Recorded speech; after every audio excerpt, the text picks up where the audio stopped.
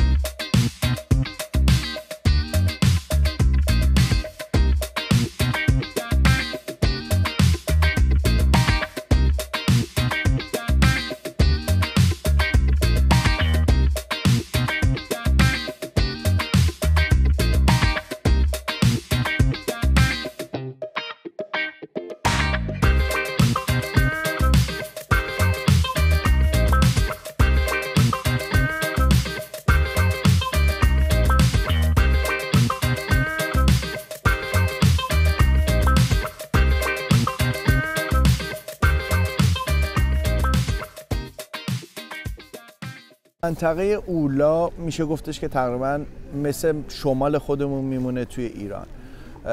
لب ساحل هست، اکثر خونه ها، فضاها اینجا همه ویلاییه. یه منطقه مثل مرکز شهر داره که از لب آب دوره، ولی منطقه ساحلیش ویلاییاش اکثرا لب آب هستن و فضای خیلی خوبی رو داره اینجا. 2-3 تا اسکله داره که شما زمانی که اینور میاین میتونید از فضاهاش استفاده بکنید. یکی اولین اسکله که الان هستیم اولا اسکله سی هست که همون اسکله اصلی اولاست. تابستون در فصلایی که دیگه هوا گرم میشه از خود شهر ازمیر به سمت اینجا واپور گذاشتن و شما میتونید که با همین کشتی‌هایی که در واقع مثل تاکسی دریایی میمونه از ازمیر به اینجا بیاین. صبح چند تا حرکت داره، بعد از ظهر هم چند تا حرکت برگشت به سمت ازمیر داره. قسمت دیگه ای ما داریم اینجا به اسم چشمالتی که حالا جلوتر میریم فیلم‌ها و عکساش هم براتون میذارم. اون قسمت در واقع اون هم یک اسکله دیگه است، اما بیشتر قایق‌های تفریحی یا شخصی اونجا هستش. فضا کلا فضای بسیار آرومیه، سر و صدای زیادی نیست، مثل بقیه پارک‌های ساحلی که براتون قبلا هم فیلماشو گرفتم. اینجا هم به همین شکل فضای پیاده روی داره، فضای دوچرخه سواری داره و از امکاناتش میتونید استفاده بکنید. در طول تابستون به خصوص این منطقه پلاژ های خیلی خوبی داره که بخواین ازش استفاده بکنید. هم پلاژ شهرداری داره که با قیمت های مناسب و اکونومیه، پلاژ های خصوصی داره، بیچ کلاب داره و رستوران های لب آب داره. یک موضوع خیلی جالبی که در مورد منطقه اولا وجود داره اینه که اولا تو قسمت بالای جاده آب دریاش گرمتره و قسمت پایینی جاده که میریم آب دریا یه ذره سردتر و شوری بیشتری داره و این خیلی عجیب و جالبه و اینکه شفافیت و تمیزی آب تو قسمت پایینی خیلی بیشتره. منطقه پایین اولا که میره به سمت ساحل‌های دمیرجیلی و اون طرفا، اینا همه مناطقی هستن که خیلی بیشتر بکرن، خیلی جنگلی ترن. بریم در ادامه یه چند تا فیلم و اینا بگیریم، باز دوباره بقیه‌اش رو با هم میبینیم. مرسی که دنبال میکنید.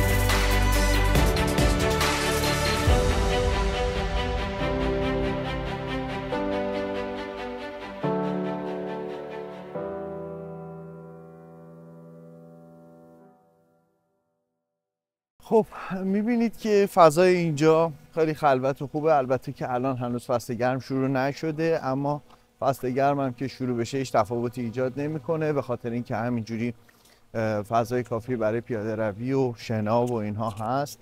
اون موردی که در مورد شنا کردن توی ساحل بهتون گفتم که امکانات خاصی نداره، همین فضا ادامه اینجا میشه لیمان، اما خوبیش اینه که لب آب همه چی تمیز، امکانات کافی رو داره و هر کسی که بخواد میتونه به راحتی ازش استفاده بکنه.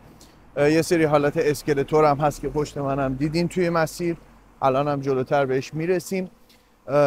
این اسکله ها هم که میبینید الان مناسبه برای نشستن، تابستون که میشه مناسبه برای اینکه کسایی که دوست دارن هر کی بخواد برای خودش صندلی یا مت بیاره یا هر چیزی که بخواد و میتونه آفتاب بگیره، شنا بکنه. این طرف یه سری رستوران و اینا هست که ادامه‌ش هم به سمت لیمان که میریم مجددا همونجوری از لیمان براتون چند تا فیلم خواهم گرفت.